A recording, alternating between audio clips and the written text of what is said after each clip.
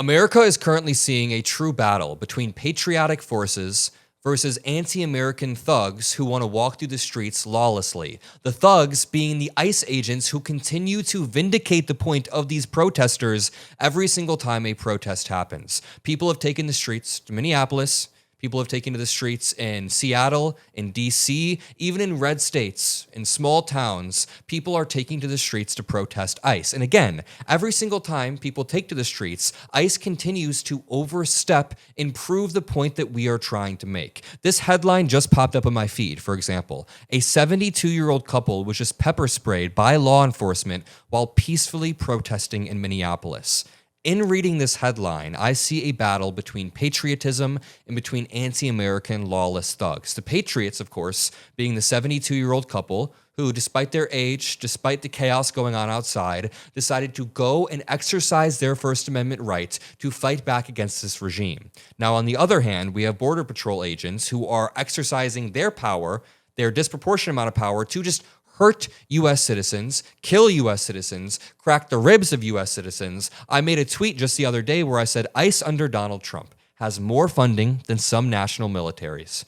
Masked agents operating with no identification. They're deployed nationwide at Donald Trump's command, one person's command. They murdered an American mother on video, broke the ribs of a 79-year-old citizen. They pepper sprayed elderly protesters just today. They also pepper sprayed high school students, if you watched the video I made a few days back. Pastors have been shot in the head with pepper balls, and agents continue to insist they're immune. But if we call them the Gestapo, all of a sudden, we are the ones who are escalating the situation. Make it make sense. Let me show you this video of the 72-year-old protesters who got interviewed right after. There is still the orange of the pepper spray on your jacket, Michelle. And her hair, too, yeah. And your All hair. Side of her face. And your face.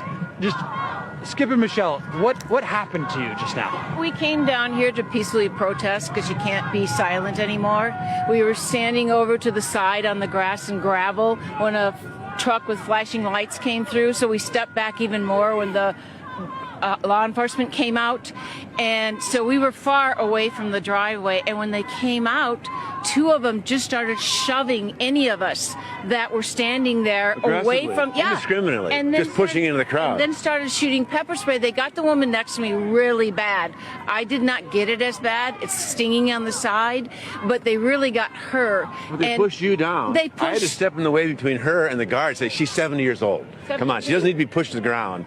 I cannot overstate how proud I am of these beautiful patriotic Americans, everybody turning out to protest, everybody who is tuning in to watch these videos, everybody who is keeping up to date with all of the news and cares about our democracy. It's just such a beautiful sight. I know obviously the video that I'm watching is sad and it's tragic to hear what these people went through, but in this, I see a glimmer of hope, right? I see two people who care so deeply about their country that, of course, they're shaken by this incident, but they're also simultaneously, it feels like, unshaken. They're like, yeah, of course we're out here because you can't be silent. This is exactly why you can't be silent. So going back to my point, ICE continues to further vindicate any single protester with the way they're acting. Here are protests breaking out in Midtown Manhattan.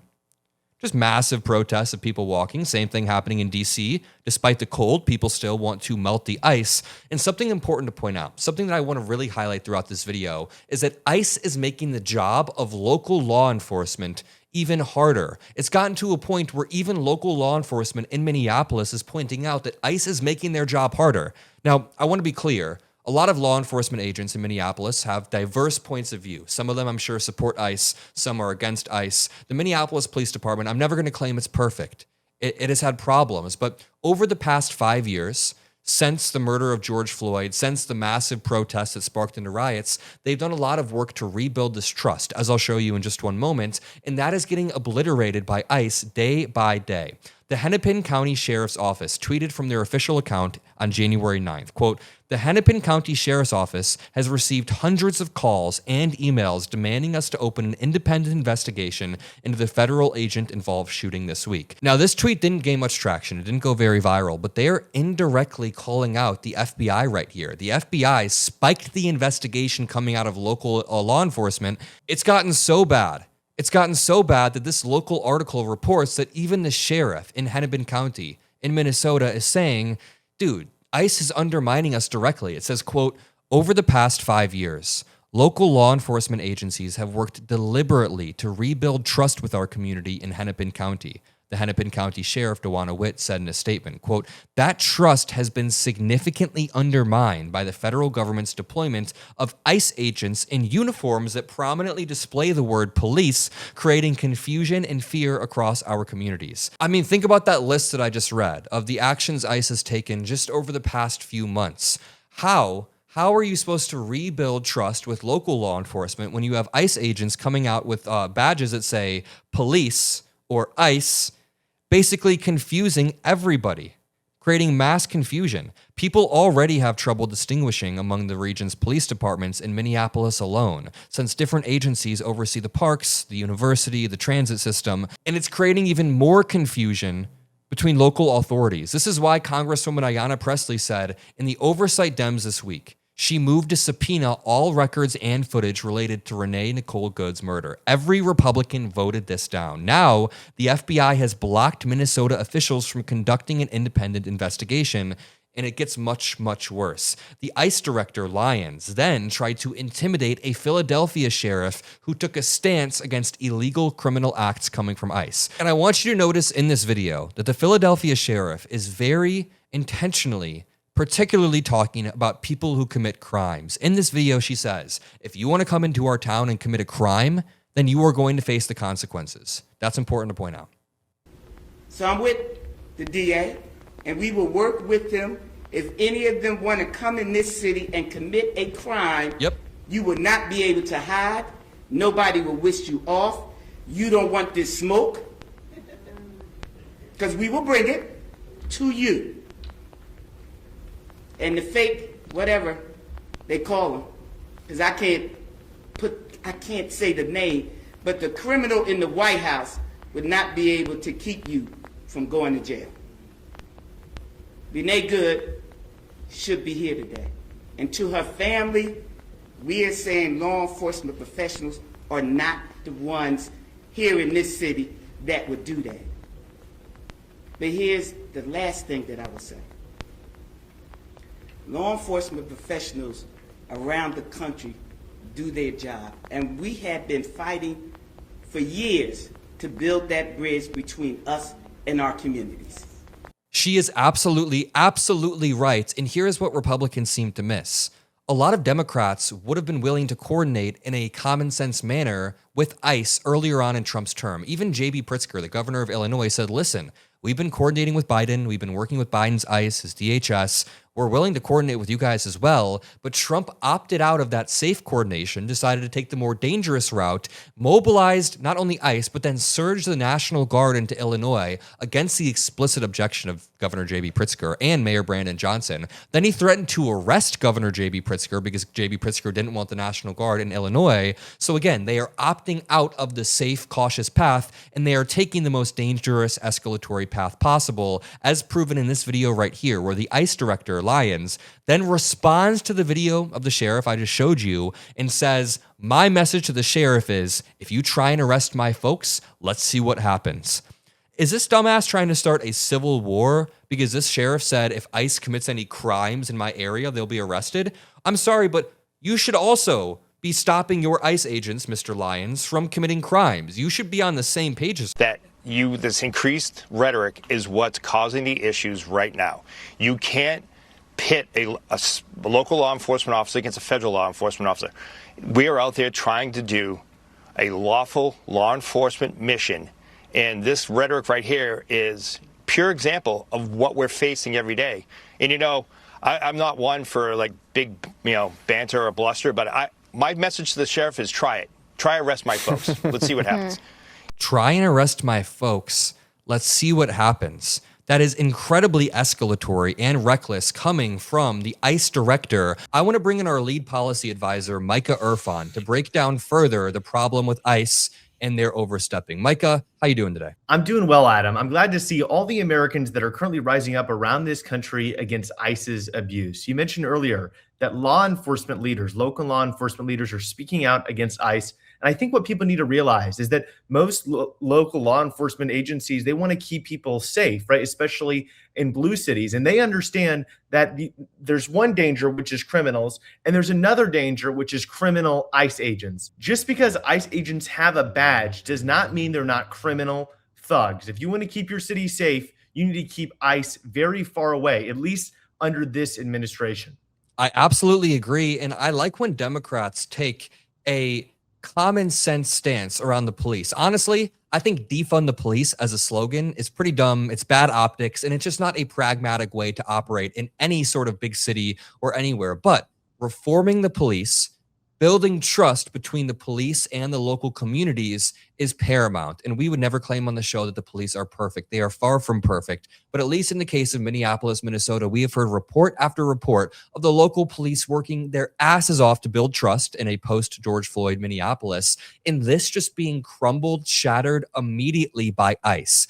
Not to mention, ICE then spikes the investigation, or at least the ability for Minneapolis investigators to collaborate in an investigation, only further inflaming the tensions that we see. So I like the way you put it right there. We should be arresting criminal thugs off the street. I agree. If somebody's committing crimes, arrest them, but that includes criminals with a badge. That includes people who are overstepping, abusing their power, cracking the ribs of elderly men, pepper spraying elderly couples, shooting U.S. citizens. The idea that these people should have any sort of immunity, complete immunity or absolute immunity, they keep using all these terms, is totally BS. I want to ask you, Micah, what do you think Republicans are getting wrong about this immigration debate? I mean, they're getting everything wrong, but like we were talking the other day about how they're missing some key things here, right? I mean, they're just taking a losing position and then getting mad at Americans for being upset with them, right? They're trying to defend every single ICE action, which no reasonable person would do. There's over 1,500 documented cases of sexual abuse by ICE agents, yet the Republican Party refuses to acknowledge that ICE agents can do anything wrong, right? We just saw another video come out today of an ICE agent pushing a woman into an outhouse and going into the outhouse with her, presumably for some inappropriate activity. I don't see how that could ever be justified. And what JD Vance says is that they have absolute immunity, which means if we do discover that ICE agent raped this woman, just like we did with another ICE agent, we found out he raped a Honduran woman over the course of 3 months. If we do find out there was actual rape or sexual abuse going on, guess what? According to JD Vance, that's work on the job and he can't be prosecuted. They're trying to defend basically a criminal organization filled with violent, untrained people abusing Americans' liberties every single day. And that's just not where most Americans are. Here's where most Americans are. They support legal immigrants. They support people coming to this country that want to assimilate, that want to make our economy better, that love this country. And they also understand that some people come here for asylum. There's a lot of people in the world that are not safe. And we want a system that processes asylum claims so we keep the people that really came here to seek asylum and we get out the criminals, the people that don't really need to be here. What is ICE doing, though? ICE is targeting the actual asylum seekers. Yep. We're not giving anybody a fair day in court. Right now, we have a racist immigration policy, probably the only nation in the world which actually has a race-based immigration policy. We take refugees from one country and one country only, South Africa. Wait, only the white refugees, though. That's what I was going to say. And we take only one type of race from South Africa. That's white people. How could you possibly do that? Only if you have a racist immigration policy. And so they've gotten completely out of the mainstream. And of course, people are going to be upset with ICE whenever it's targeting legal immigrants, whenever it's targeting people that are going through the asylum process, and now when it's targeting American citizens. But here's the context that everybody needs to understand. This immigration problem is not one that they're just trying to solve in a bad way. It's a problem that they created. Barack Obama put in place an immigration proposal in front of the Republican Party and the Republican Senate that would have fixed our immigration system. It would have hired more immigration judges. It would have kept the criminals out. It was bipartisan. It was a good compromise. And the Republicans rejected it. Why? Because they wanted this problem. They wanted the problem to get worse and worse and worse so they could create a fascistic paramilitary organization, because that's what ICE is, in order not to keep Americans safe, not to fix the immigration problem, but to subjugate Americans to their rule. And that's what's happening right now. Very well said. Even on the topic of Obama, he notoriously deported a lot of people, but even his ICE, even his interior enforcement was nowhere near Trump. So Obama was actually similarly effective to Donald Trump. Like, Donald Trump isn't even deporting more people than Obama in a significant way, but even under Obama, no one had their ribs cracked. No one was killed. No one was deported to a different country and then brought back to the United States and then subsequently targeted and politically persecuted in the way that Kilmar Armando Abrego Garcia is. Obama had a strong immigration policy. Honestly, Obama's immigration policy should have been recreated by Biden. Biden kind of dropped the ball on that, which paved the way for Donald Trump, in my opinion.